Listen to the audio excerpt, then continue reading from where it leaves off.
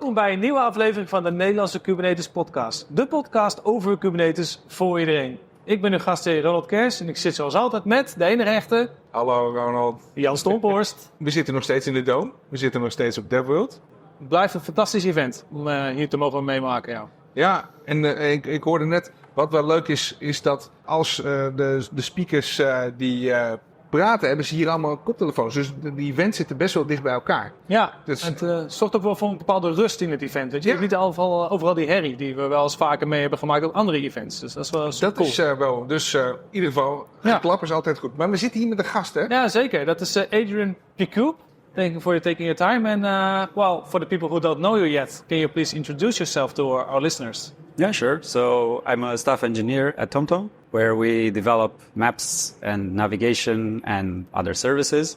I've been a software developer for more than 15 years with various technologies, Java, Scala, which, by the way, I think it's just invented to talk to aliens. So, yeah, I think that should be... Yeah, and how did you get started in the IT? What's your history? A little bit. So the history in IT, I started in 2007. Then I joined IBM.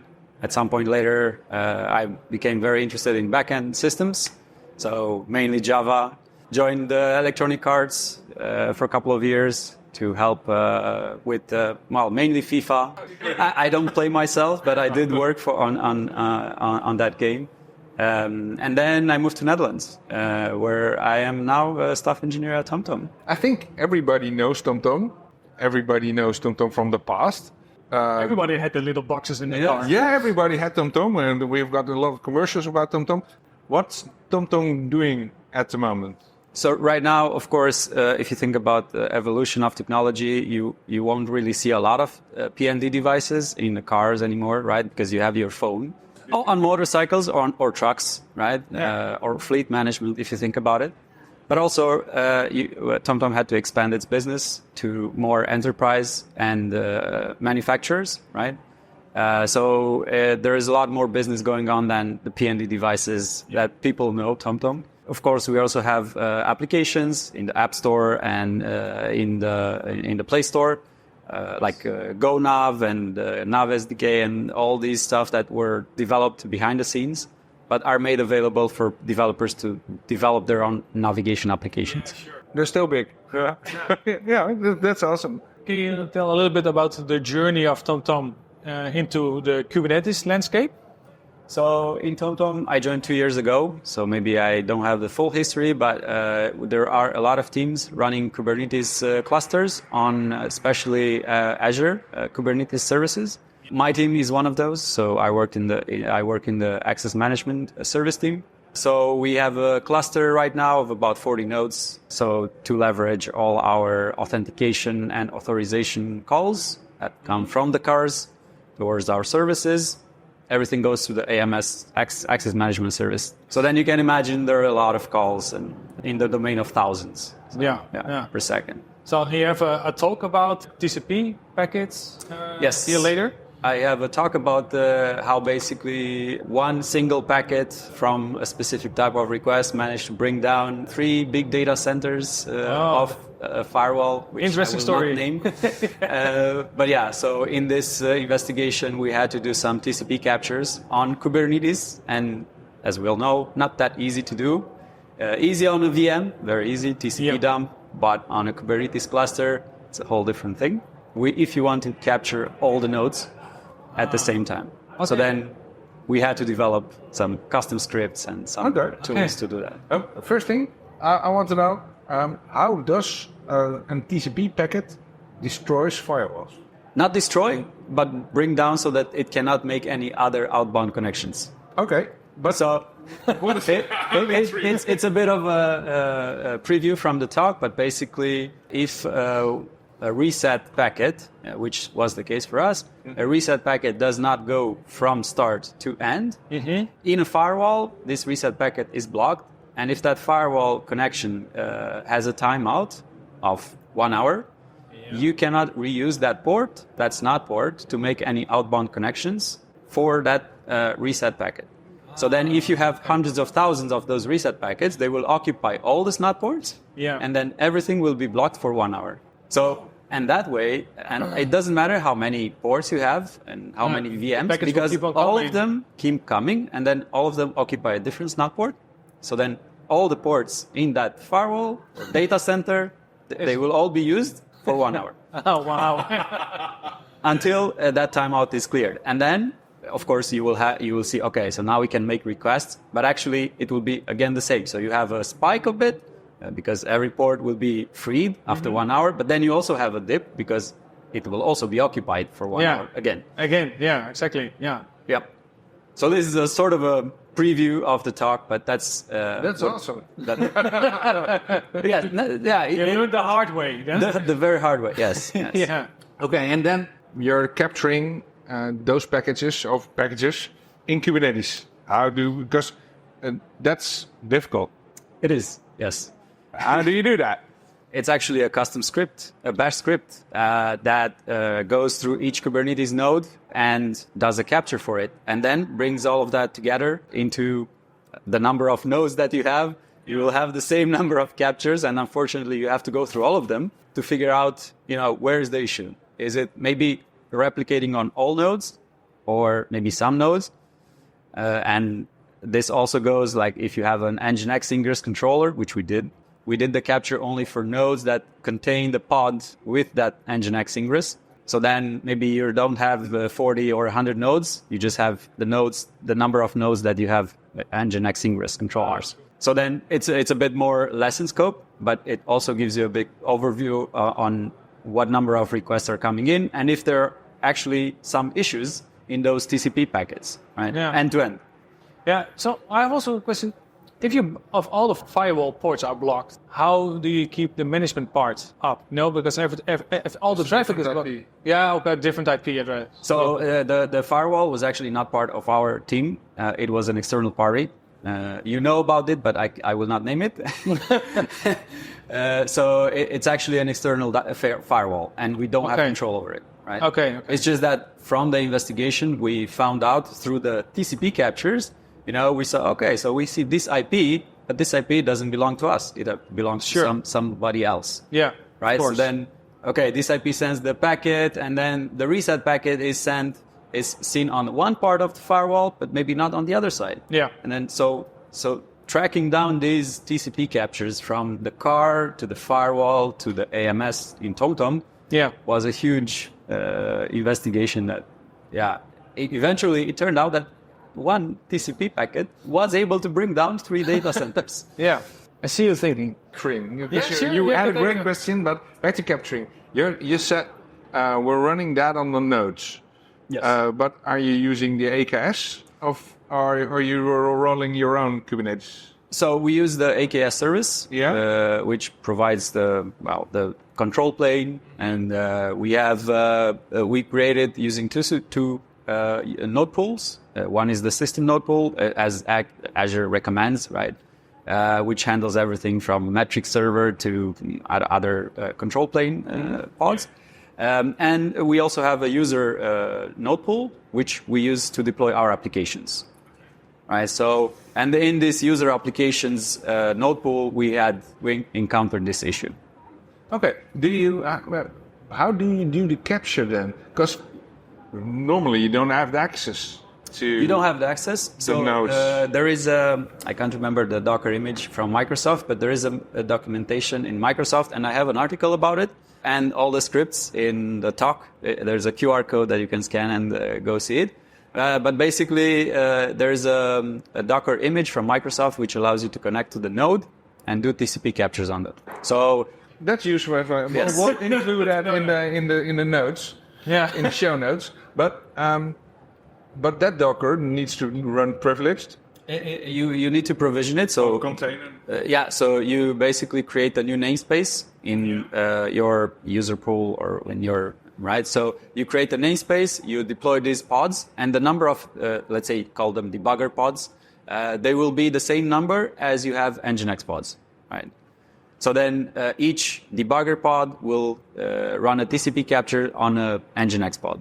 But you've got, and you wrote a script to detect where the pod of the Nginx is. Exactly. Yes. And then run that pod. So it's not a daemon set. It's not a daemon set, no. But it's connected to that node, so you did node identifier. Yes. Called? Yeah. So it's basically think of labels, right? Yeah, so node labels. So if we see a label which contains, let's say, Nginx, we say, okay, this node contains Nginx pods. It doesn't matter how many of them, we iterate, right? So all the Nginx pods that are deployed on that node will have a TCP captures done for them. Bij ACC/ICT staat alles in het teken van continuïteit waarborgen voor bedrijfskritische applicaties. Of het nu gaat over Managed OTAP, Cloud en Kubernetes, ze geven hier invulling aan om door samen met hun klanten een toekomstbestendige strategie uit te stippelen voor het gehele proces van ontwikkelen tot en met productie. So then you trace the packet, you know where it is, and how do you prevent it from happening again? So that actually know where the packet is, that is the investigation that took a long time.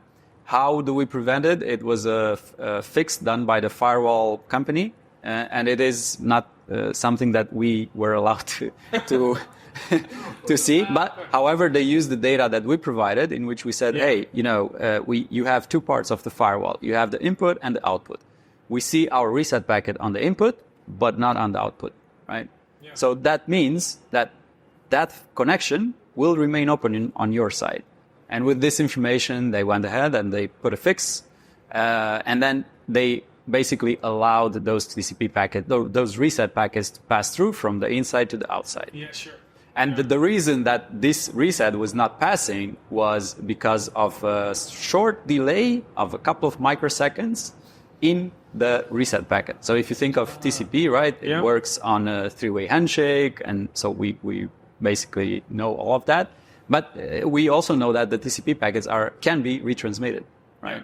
So if you get that retransmission and the packet arrives a couple of microseconds after, or earlier, then that packet is considered stray by the firewall, and it's like, okay, so maybe you want to do an attack.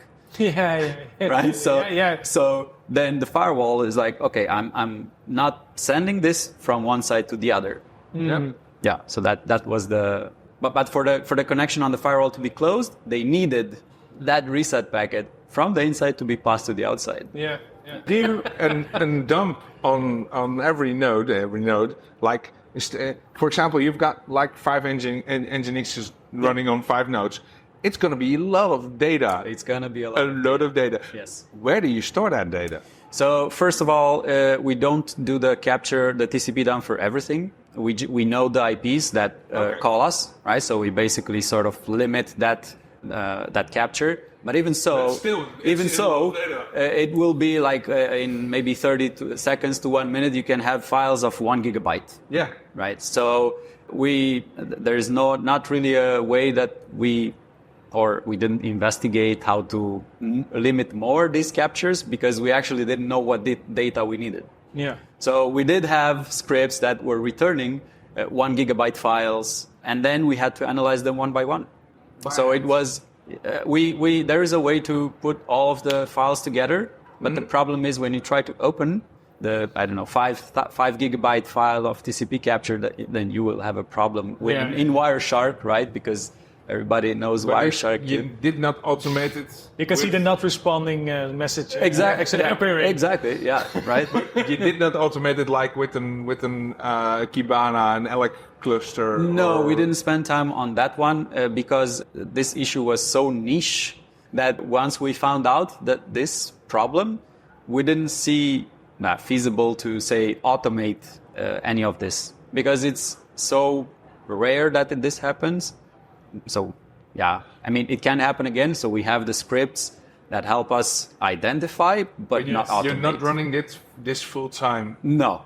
Okay, just we see a problem, we still a package dump, and then exactly.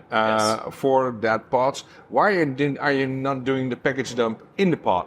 In the pod itself? Yeah. Because, so if you think about it... before the pod. Like, if you like an NVO and sidecar to route the traffic to like a service mesh. So we have SSL termination done on Nginx. Yeah. So then we needed to know if the SSL termination is successful. And if the TLS handshake is actually established correctly. And by the way, this was the problem. So if you have layers for the network, right? So it goes from the Wi-Fi to the, I don't know, IP, and then to what it's called, the TCP, right, stack. After that, you have the TLS handshake. And if this one fails, you won't have any HTTP metric in your monitoring. So you don't see it as a one request, one HTTP request, because it doesn't get to the application layer, which is HTTP. So all of these requests that we were seeing after we know the issue were not showing up in our Grafana as incoming HTTP requests because they failed. But if you're now doing the IP package on the node, on the specific nodes, on the specific IP addresses, but it's traffic to Nginx. And if you, well, just thinking about it, if you capture the traffic to that Nginx pod, you would get the same result, or not? You would get the same result, but for us it was important to know that it is not traffic that we messed with. So it is the actual real-life traffic. So you can have sidecars in which you maybe redirect traffic, or but then you have to kind of sort of mess with the real traffic, right? To switch to, it's like a train, right? You put to one track or the other. Pushing the traffic through an sidecar. Exactly, but I think that's exactly what this Microsoft image does. So it does the capture on the Nginx pod, but it's connecting from the pod of the debugger pod, right? That you spin up. So it's not rerouting any traffic. It's waiting for traffic to arrive to Nginx, and then on the Nginx I'm doing the TCP capture.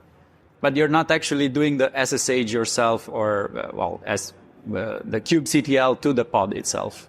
Yeah, he's our solutions architect, so he's thinking about solutions of how we would approach it. I was thinking about how would you do it, and I'm very interested to play with this because it's a common theme. If you want to do package, I want to do package dumping for my application sometimes. Yeah, and often I use a service mesh like an Istio or a Linkerd to install that, and then I can do. I'm getting more information. We don't have a service mesh.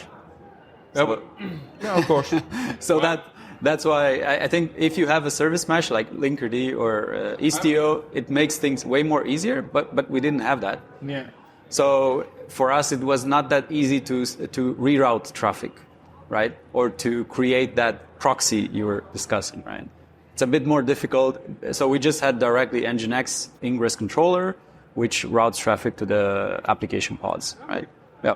You started, you weren't with TomTom that started with Kubernetes, but why did TomTom choose for the Kubernetes solution? I think, one of the main reasons was because it's cost effective, right? You don't need VMs for every application like you need on-prem. You can also, of course, go to Azure and say, I have this service, I want 3 VMs and make it highly available. Yeah. But I think it's also important to have like the metrics that Kubernetes provides by default. Well, not by default. You need Prometheus for that. But I think the insights that you gather from a Kubernetes cluster are much more valuable than trying to make the same insights but using VMs. So we kind of have a standard, like if you create a Kubernetes cluster, you need to create a certain standard for metrics. Like you need to monitor the nodes, you need to monitor the pods, certain CPU, memory, and so on. But also HTTP requests, which is application metrics. And, failed or 4xx requests. What happened? Maybe the client is making a lot of wrong requests. Yeah. Or 5xx, which is the server saying, okay, I don't know what to do, So I think in Kubernetes, this is much easier than with regular VMs. And then, of course, there's log aggregation, right? So you can basically have an agent which is installed and takes all the logs from all the pods and puts them in one place, right? So are you using the Azure solution for that? We're using a different solution, but it's basically the same concept. So we use Scalar, but it's pretty much the same concept, right? The log aggregation. And Prometheus for metrics and Grafana for visualization. So you're also not using the Azure components to measure your... Not really. So we basically don't use... We use the Azure Kubernetes service, but not all that it provides as the whole... service offering. We just provision the cluster and then we put ourselves, monitorings, logs, and all the other, and deploy the services ourselves. And we use Azure pipelines for that. And Azure DevOps? Yes. Oh. Yeah. Sorry. I know. I'm sorry. We're in the process of moving to GitHub Actions. GitHub Actions. GitHub, that's much better. Yeah. So we are in the process. What you often hear is also when there is a problem and you don't know where it's coming from, you have to search for the problem and you discover that there is a container image from Microsoft you can use to access the nodes, right? Mm-hmm. Yeah. Are there any other things you have discovered during the problem solving that could be useful to know for our audience and the people to look at, you can share? Yeah, so other tools, I think everybody familiar with TCP-dumps knows Wireshark, right? I think one important thing that can help if you have small captures is that you can merge together those, let's say, a couple of TCP captures, and it's easier to follow the capture. I think also it's very important when you do a TCP capture to limit the output, because that is like the huge killer, right? So if you have gigabytes of TCP dump, it's very difficult to go through them. That's what we try to also achieve. So we put filters for the, let's say, the firewall IPs. We put filters for the TomTom IP. So it was actually narrowing down it, but also if you have, like in our case, thousands of connections per second, you will have millions of packets, right? Because each HTTP connection actually doesn't have only one TCP packet. It has like a whole list, and then you have to follow all of them. And of course, traffic is encrypted. And then you have to say, okay, well, I guess that this request does this, right? So I think that was the most, limiting your TCP dumps to a size, to a manageable size for the reader. Right. Yeah. That's really old school. Yes. In the past, we all did TCP dumps on every machine, constantly. Yeah. That's brings back memories. Yeah, but it's but nothing really changes, Only it gets smaller and smaller, but everything stays the same. Of course, the infrastructure did change. Like we don't do it on VMs, we do it in Kubernetes-cluster, but the process is the same. Yeah, but before VMs, it was machines. Yeah, So bare bone. Yeah. But in the end, everything stays the same. Exactly. Yeah. We almost have a final question. Yeah. And that is, how do you foresee the future of Kubernetes? So imagine you have a crystal ball right here. All right. And what do you see, or do you want to see in the future? All right. So I'll start with what I want to see. So right now, if you ask some, let's say beginner in Kubernetes world, how do you start with Kubernetes? So they will have to go and search a lot of things on Google, and maybe some things work, some things changed. I think one of the most important part is that you have a very easy startup process. So without all the details of control planes, of this was the case for Azure, but user nodes and system nodes and all the other things that are not really needed if you're just starting, right? Sure. So that part, I think, would bring more people to say, okay, well, I can give it a shot. It's just maybe 1 hour of doing things. Lower the barrier to entry, because then people will get curious and it's like, oh, okay, so I have this centralized thing. It gives me metrics, it gives me logs and everything centralized. So then I can dig a bit more and say, okay, so there's a control plane that does this and all the things, right? So I think lowering the entry barrier for newcomers would make a huge difference into more people adopting Kubernetes. Yeah. And for the other part, which one was it too? Where I see Kubernetes going? Yeah. I think it is going in that direction of easing the entry barrier, but at least to my opinion, a bit slow. So you have all the three major cloud providers having this, but they all have varying difficulty to basically provision a cluster and use it in production, right? And that's, I think, also a very important part. It's easy to, maybe easy, a bit much to say, but you can get into the Kubernetes, but can you get into running Kubernetes in production easy, right? And that part, like if you think of Spring Boot, right? Spring Boot is sort of production ready the moment you create your application. Okay. Right? You have the metrics, you have the statistics, so there's a lot of things that is provided to you. But if you start with the Kubernetes in Azure, is it production ready? Maybe I have to look to my you have to enable shoulder. some log services, you have to enable some metrics. So maybe I didn't use all the services that Azure provides. That's of course, but I think that part where you have everything contained and it says, okay, this is production ready. I would like to see that. Ready.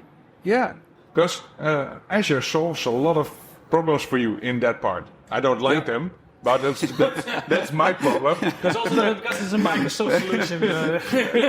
I don't like them, but that's my problem. I like the Prometheus stuff, and it's a great way to go. But it's more difficult, Jen. Yes, understand. Exactly. But maybe in Azure, I don't know if it's the same or not, but you have to enable, so for metrics, you have to enable some service, or for logs, some other storage account. Exactly, right? So that's what I mean, right?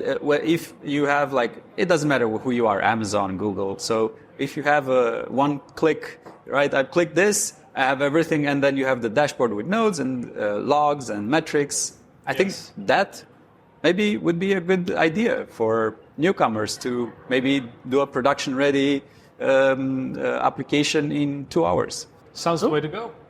Yeah, thank you very much. Thank you very much, man, for your time, and we look forward to joining your talk tomorrow, right? Tomorrow. Okay. Yeah, well, have a look. And people, don't forget to subscribe. Like and subscribe. Like Where and can people subscribe. find you? So I'm on LinkedIn, Adrian Precub. I will have also the QR codes for the... Also on LinkedIn? We'll put Yes. it on the... Okay, Sure. Okay. Yep. Nice. cool. Thank you very much. Thank you very much, man. Thank you. Okay, see you. Deze podcast is een initiatief van ACC ICT en wij zijn te beluisteren op onze website k8spodcast.nl via Spotify, Apple, Google Podcast en alle andere favoriete podcastproviders.